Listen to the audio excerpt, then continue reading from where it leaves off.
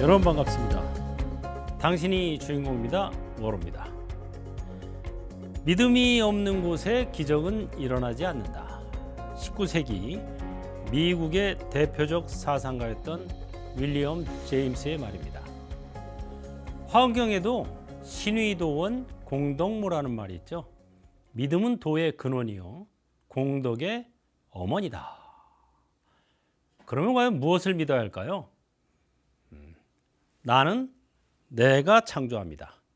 지금 이 모습도 나의 작품일 뿐. 부처행, 그것은 머무르지 않는 삶이며 바로 지금 여기서 더불어 생동하는 삶입니다. 믿어야 할 것은 맹신이 아니라 당신이라고 하는 것이죠. 다 함께 외쳐볼까요? 당신이 주인공입니다. 아미타바. 자, 오늘은 지난 시간에 이어서 담마에 대한 명상을 하겠습니다. 이 담마, 법에 대한 개성을 먼저 소개해 드리도록 하겠습니다.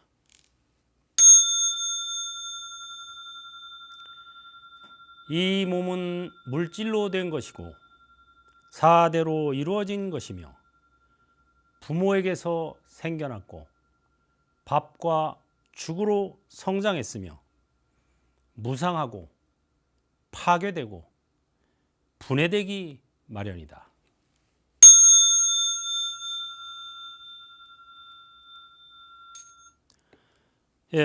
디가나가경의 개송입니다. 이 몸은 물질로 된 것이고 사대로 이루어졌다. 사대라는 건 지, 수, 화, 풍을 얘기하죠. 흙기운과 물기운, 불기운, 바람기운, 이 네 가지 요소가 만나서 이루어졌다. 그 다음에 부모에게서 생겨났고 밥과 죽으로 성장했으며 무상하고 파괴되고 분해되기 마련이다. 사바세계 제1법칙은 재행 무상이죠. 모든 존재는 항상됨이 없다. 변화한다. 그때뿐이다. 이런 소리죠. 그래서 항상 고진감래와 감진고래를 무한 반복한다. 이 알고리즘에서 빠져나가지 못하면 이거를 무한 반복할 수밖에 없다. 고하락이 무한 반복됩니다. 고진감래에서 야 이제 좀 살만한가 달달하다 그러면 또 바로 또 감진고래, 달달함이 닿으면 씁쓸함이 오고 씁쓸함이 닿으면 달달함이 오고. 근데 여기서 문제는 씁쓸함은 아주 긴데 달달함은 아주 짧다는 거예요. 이걸 계속 해야 할까요 과연? 이걸 계속 하고 싶으면 사바 예토에 남아 있으면 되고, 난 이제 좀 여기서 좀 이제는 벗어나고 싶다, 할 만큼 했다 생각이 되면은 극락정토로 옮기시면 돼요. 거기는 정토입니다. 말 그대로 똥도 없고 더러운 게 없고 일체 부딪힐 일도 없고 의식주가 저절로 해결되기 때문에 일도 안 해도 돼요. 그리고 남들하고 이익과 손해를 다툴 일이 없어요. 그래서 알고 보면 극락에도 없는 게 많아요. 은행도 없고 법원도 없고 병원도 없고 장례식장도 없고 돈도 없고 이래요. 왜? 필요 없기 때문에. 그런 것들이 필요가 없습니다. 호련히 생각만 하면 생각대로 이루어지는 그런 곳이죠. 그래서 여기서는 어쨌든 우리가 있는 그대로의 현실을 직시해야 되기 때문에 몸은 무상하다. 무상한 것은 괴로움이요 괴로움은 내가 아니다. 이렇게 관찰해야 됩니다. 이 디가나가경을 듣고 사리자가 출가한 지 보름 만에 지금 이 개송하고 내가 다음에 소개시켜 드리는 개송 이걸 듣고 아라한과를 얻었어요. 아라한과를 얻기 그렇게 어려운 것도 아닙니다. 보니까 개송을 잘 들으면 얻어요. 사리자는 출가하기 전에, 부처님 제자가 되기 전에 아사지 존자한테 개송을 하나 얻어 듣고 수단과를 얻었어요. 그리고 출가한 지 2주 만에 다시 지금 이 디가나가경의 개송을 듣고 아라한과를 얻었습니다. 그러니까 우리가 개송의 중요성을 간과하면 안 됩니다. 한마디로 개송 없이 해탈 없다. 이렇게 생각해야 됩니다. 개라는 말 자체가 휴게소, 쉴 개자라고 말씀드렸죠. 그래서 마음이 쉬는 노래입니다. 이걸 듣고 탐진치 삼독이 쉬어지는 노래다. 이렇게 알면 되겠습니다. 그래서 이 개송을 연습을 한다는 게 굉장히 중요합니다. 개송 하나를 외우려고 연습하다가 수다원, 사다함, 아나함, 아라함가를 얻은 그런 케이스가 많습니다. 한번 따라해 볼까요? 눈은 무상하다. 무상한 것은 괴로움이요. 괴로움은 내가 아니다. 귀도 무상하다. 무상한 것은 괴로움이요. 괴로움은 내가 아니다. 사리자는 이 개송을 듣고 아라함가를 얻었습니다. 이 몸은 물질로 된 것이고 사대로 이루어진 것이며 부모에게서 생겨났고 밥과 죽으로 성장했으며 무상하고 파괴되고 분해되기 마련이다. 디가나가경의 개송입니다. 자, 핵심은 뭐냐? 재행무상이죠. 사바세계의 제1법칙은 재행무상입니다. 3법인 중에 첫째죠. 모든 존재는, 존재하는 모든 것은 항상됨이 없다. 변화한다는 거죠. 그때뿐이다 이 소리입니다. 한마디로 말해서. 잘 나가는 것도 한때요. 못 나가는 것도 한때다. 그러니까 잘 나갈 때 공덕 지어야 합니다. 못 나갈 때는 공부해야 합니다. 마음 공부. 이게 이 사바세계를 지혜롭게 사는 비결입니다. 몸은 무상하다. 무상한 것은 괴로움이요. 괴로움은 내가 아니다. 이거를 반복하는 게 마음 공부예요. 우리가 이 몸과 마음이 육근으로 이루어져 있죠. 눈, 귀, 코, 혀, 몸, 뜻. 이게 전부 무상합니다. 눈은 무상하다. 무상한 것은 괴로움이요. 괴로움은 내가 아니다. 귀도 무상하다. 무상한 것은 괴로움이요. 괴로움은 내가 아니다. 코도 무상하다. 무상한 것은 괴로움이요. 괴로움은 내가 아니다. 혀도 무상하다. 무상한 것은 괴로움이요. 괴로움은 내가 아니다. 몸도 무상하다. 무상한 것은 괴로움이요. 괴로움은 내가 아니다. 뜻도 무상하다. 무상한 것은 괴로움이요. 괴로움은 내가 아니다. 이와 같이 관찰하면 고통에서 벗어나고 번뇌에서 해탈한다. 이거를 아주 외우고 다니는 거, 앉아서 외우는 거, 그게 해탈의 지름길이라고 하는 것입니다. 이 몸이 나다, 눈이 내 눈, 코가 내 코, 귀가 내 귀, 입이 내 입, 이런 식으로 생각하면은 결코 고통에서 벗어날 수가 없습니다. 왜? 무상하기 때문이에요. 계속 늙어가고 병들고 죽습니다.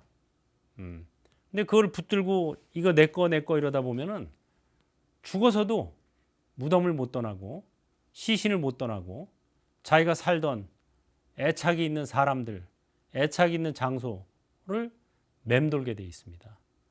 지금도 수없이 그러고 있어요. 그거를 우리가 육안만 가지고 보니까 안 보여서 모를 뿐이지 사실 알고 보면 엄청나게, 왜? 이 몸이 나라고 생각하고 살았으니까 죽어서도 이거를 못 떠나는 거예요. 화장을 해도 못 떠나요. 왜 그럴까요? 맴돌고 있기 때문입니다. 그래서 이 담마에 대한 명상을 해야 이런 것을 우리가 극복할 수가 있습니다. 담마에 대한 명상. 두 번째 개송 소개해 드리겠습니다.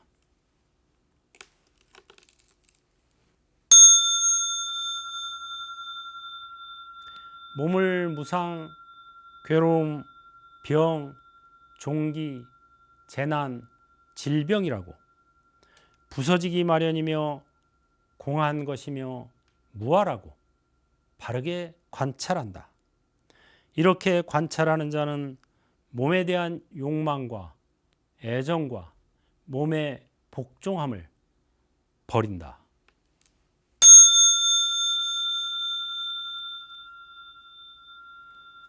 네, 역시 디가나가경의 개송입니다. 그래서 앞서 말한 개송과 이 개송을 듣고 사리자는 그 자리에서 아라한과를 얻습니다. 출가한 지 보름 만에 디가나가경의 이 개송을 듣고 아라한과를 얻죠. 디가나가는 사리자의 친척 이름입니다. 조카죠. 부처님께서 디가나가에게 자기 조카인 디가나가에게 이 개송을 설해 주실 때 사리자는 옆에서 부처님 옆에서 부채질을 하고 있었어요. 부채질을 하면서 엿들은 거죠. 말하자면. 근데 엿듣기만 해도 아라한과를 얻었다고 하는 것입니다.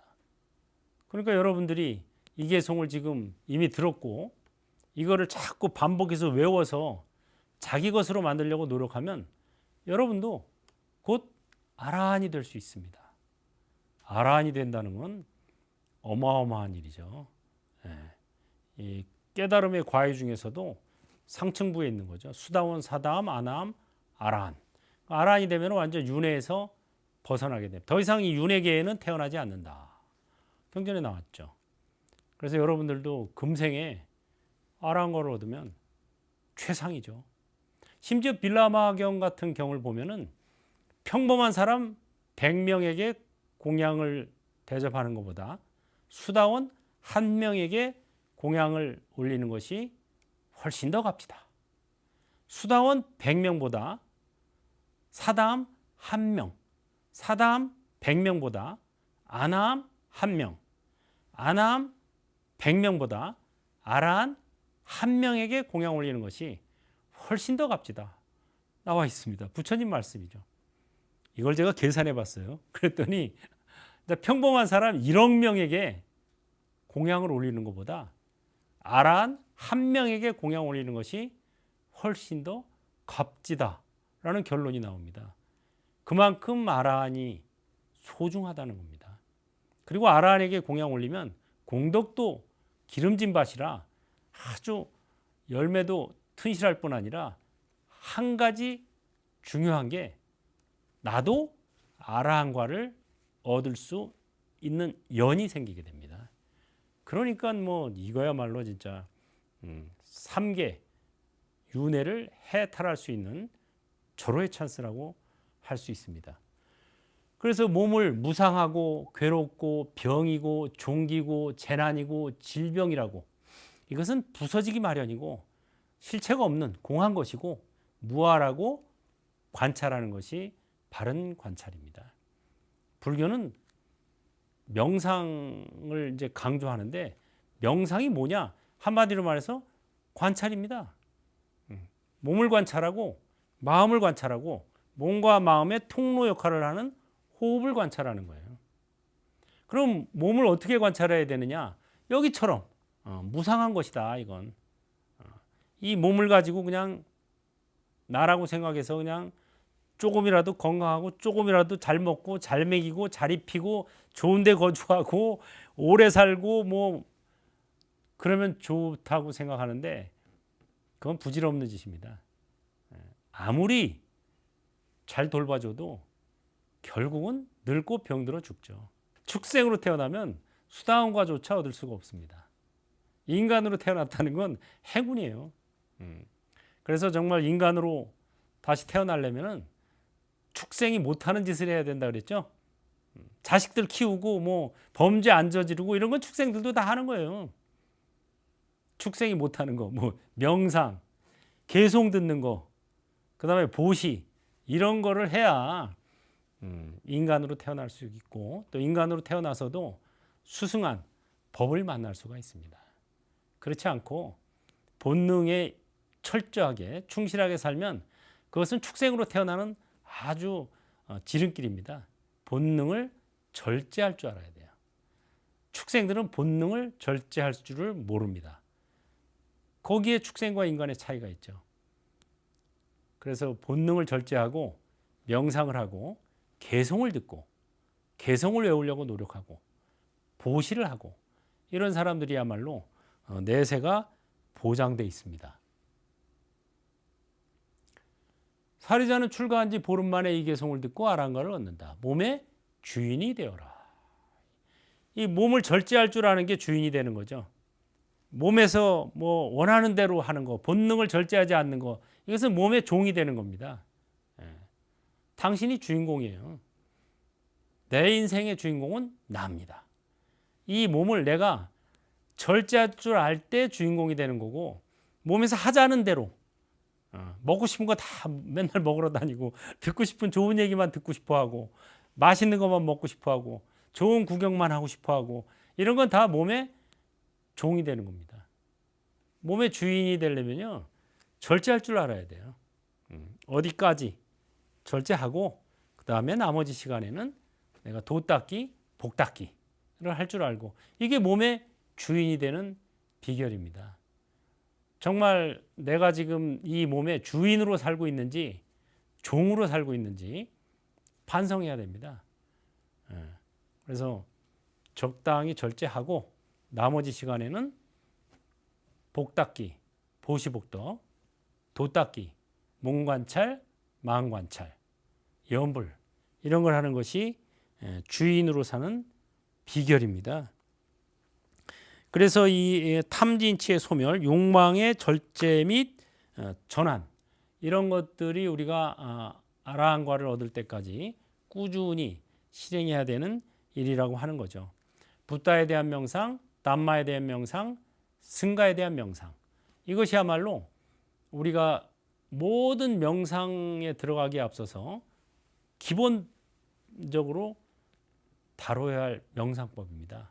왜? 명상도 좋긴 좋지만 잘못하다 보면 부작용이 생길 수가 있어요. 명상은 멍 때리기가 아닙니다, 절대. 요즘 보면은 뭐 멍 때리기 대회도 있고, 그래서 멍 때리기가 명상인 줄 아는 사람이 있는데 멍 때리기가 아닙니다. 멍 때리다 보면요, 어떤 부작용이 생길 수가 있어요. 다른 정신적 존재에 침해를 받을 수 있어요. 멍하니 있으니까. 왜 우리 넋 빠진 놈, 넋 나갔냐 이런 소리 잘하잖아요. 그 넋을 빼놓고 있으면 다른 넋이 들어옵니다. 실제로 제가 그런 경우들을 여러 번 봤어요. 그러니까 모든 명상의 기초는 우리가 처음 소개해드린 것처럼 호흡 명상. 들으실 때 들이신다, 내쉴 때 내쉰다. 이것이 바로 부처님께서 독자, 외동아들인 라울라에게 15살 때 라울라가 가르쳐 주신 명상법이라고 제가 소개해드렸죠. 너무 쉬워요. 코 밑에 마음을 집중해서 들이신다, 내쉰다, 들이신다, 내쉰다. 이걸 해서 기본 이제 법을 배워놓고 그 다음에는 삼보에 대한 명상, 붓다에 대한 명상, 담마에 대한 명상, 승가에 대한 명상을 기본 베이스로 장착하고 있어야 어떤 경우에도 흔들리지가 않게 됩니다. 왜? 몸의 주인이 되고 마음의 주인이 되는, 맹신이 아니라 당신을 믿는 그런 비결이 그 안에 들어있기 때문입니다.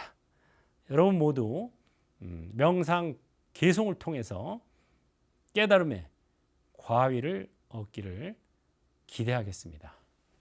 아미따바.